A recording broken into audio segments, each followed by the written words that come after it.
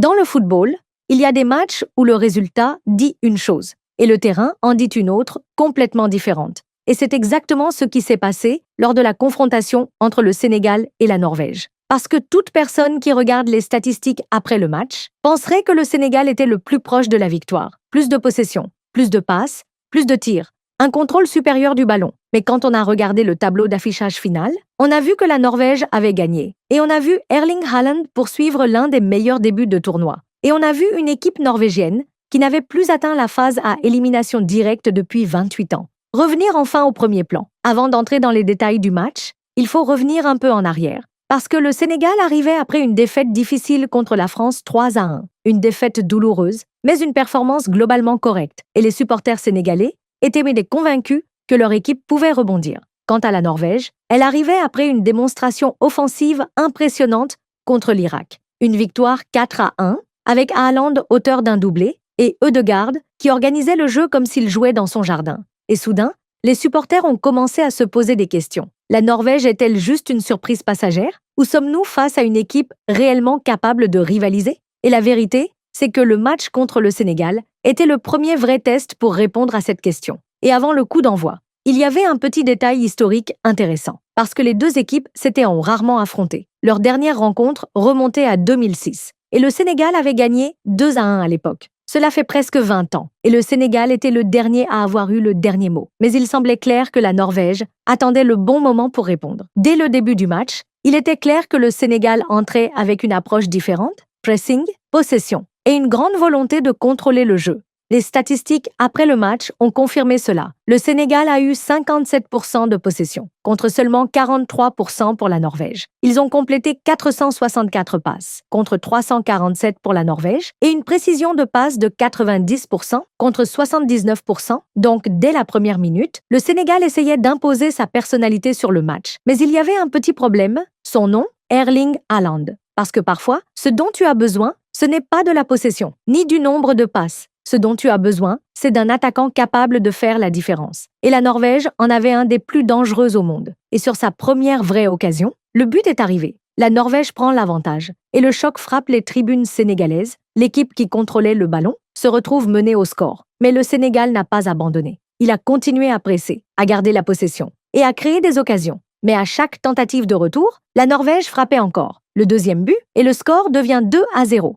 Soudain, le match a commencé à échapper au contrôle du Sénégal. Mais le plus gros problème, c'est que Haaland n'avait pas encore dit son dernier mot, parce que l'attaquant norvégien vivait l'un des meilleurs moments de sa forme. Et au moment où le Sénégal essayait de revenir dans le match, le troisième but est arrivé. Haaland marque. Et le score devient 3-1.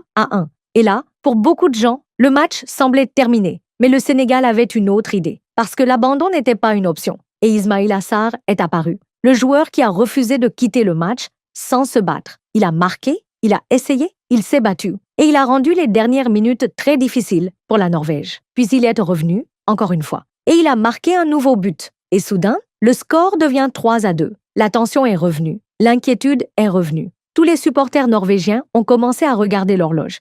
Et les supporters sénégalais ont commencé à rêver. Est-ce qu'un match nul est possible? Est-ce qu'un retour est possible? Est-ce qu'on peut arracher un point? Mais le temps s'est écoulé. Et le coup de sifflet final est arrivé avant que la remontée ne soit complétée. Et en réalité, c'était l'un des matchs les plus étranges du tournoi. Parce que quand on regarde les chiffres, on trouve quelque chose de surprenant. Le Sénégal a eu 57% de possession, contre 43% pour la Norvège. Le Sénégal a tiré 17 fois, contre seulement 12 pour la Norvège. Le Sénégal a effectué 464 passes, contre 347 pour la Norvège. Et sa précision de passe a atteint 90%, contre 79%.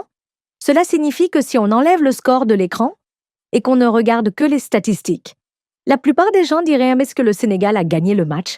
Mais le football ne se joue pas comme ça, parce que les deux équipes ont tiré 6 fois chacune cadrée. Et la vraie différence était dans l'efficacité. La Norvège a su exploiter ses occasions et le Sénégal a gâché les siennes. Et c'était toute l'histoire du match. Et le plus étrange dans tout ça, c'est que le Sénégal était meilleur dans presque toutes les statistiques. Plus de possession, plus de passes, plus de tirs et une meilleure précision de passe. Donc, si on enlève le score de l'écran et qu'on montre seulement les statistiques à n'importe quel supporter, il dira probablement que le Sénégal a gagné le match. Mais le football punit parfois l'équipe qui contrôle et récompense celle qui s'est frappée au bon moment. Et la Norvège a fait exactement cela, de la meilleure manière possible. Et au milieu de tout ça, Haaland écrivait sa propre histoire, parce que l'attaquant norvégien a marqué 2 buts contre l'Irak et 2 buts contre le Sénégal, 4 buts en seulement 2 matchs. Et plus le tournoi avançait, plus son nom devenait central. Mais le plus important n'est pas seulement le nombre de buts, c'est que Haaland a commencé à être vu différemment par toutes les défenses du tournoi. Parce que 4 buts en 2 matchs signifient que n'importe quelle petite occasion peut devenir un but. Et signifie que chaque équipe qui affrontera la Norvège devra d'abord penser à arrêter Haaland, avant même de penser à gagner le match. Mais il faut aussi reconnaître que la Norvège n'était pas seulement Haaland. Parce que Martin Ødegaard a joué l'un de ses meilleurs matchs du tournoi. Le cerveau de l'équipe, et à chaque transition de la Norvège, Ødegaard était impliqué. Et à chaque fois que Haaland trouvait de l'espace, l'action venait souvent des pieds d'Ødegaard. Certaines équipes ont un grand attaquant, et certaines équipes ont un grand meneur de jeu. Mais la Norvège a les deux. Et c'est exactement ce qui la rend dangereuse. Mais le chiffre le plus important, ce n'était pas le nombre de buts. Le chiffre le plus important était 1998. Parce que la dernière fois que la Norvège avait atteint la phase à élimination directe en Coupe du Monde, c'était en 1998. Imagine l'ampleur du temps écoulé. À cette époque, Ronaldo le Brésilien était encore la grande star mondiale. Zidane n'en était qu'au début de sa carrière internationale. Et Haaland lui-même n'était même pas encore né. 28 années complètes se sont écoulées. Des générations entières sont passées. Et les supporters norvégiens ont attendu longtemps. Jusqu'à l'arrivée de la génération Haaland et Ødegaard, qui a mis fin à l'attente. Et pendant que tout le monde parlait de la France avant le tournoi, une autre équipe grandissait dans l'ombre. Une équipe qui accumulait les points calmement et marquait des buts sans bruit. Et soudain, nous nous sommes retrouvés face à une équipe avec 6 points après 2 journées. Une équipe appelée la Norvège. Quant au Sénégal, l'histoire était beaucoup plus douloureuse. Parce qu'après 2 matchs, l'équipe se retrouvait sans aucun point. Une défaite contre la France et une défaite contre la Norvège. Ce que très peu de gens avaient anticipé avant le tournoi. Surtout que le Sénégal avait montré de bonnes choses dans plusieurs phases des 2 matchs. Mais le football ne donne pas de points pour la performance. Il donne des points pour les buts. Et de l'autre côté du groupe, la France observait tout ce qui se passait. Et elle regardait la seule équipe qui avançait au même rythme qu'elle, France 6 points, Norvège 6 points, et qualification anticipée pour les 2 équipes. Mais la surprise, c'était que la meilleure attaque du groupe après 2 journées n'était pas française, mais norvégienne, 7 buts au total. 4 contre l'Irak, 3 contre le Sénégal, et un message clair pour le reste du tournoi. La Norvège n'est pas là pour participer seulement.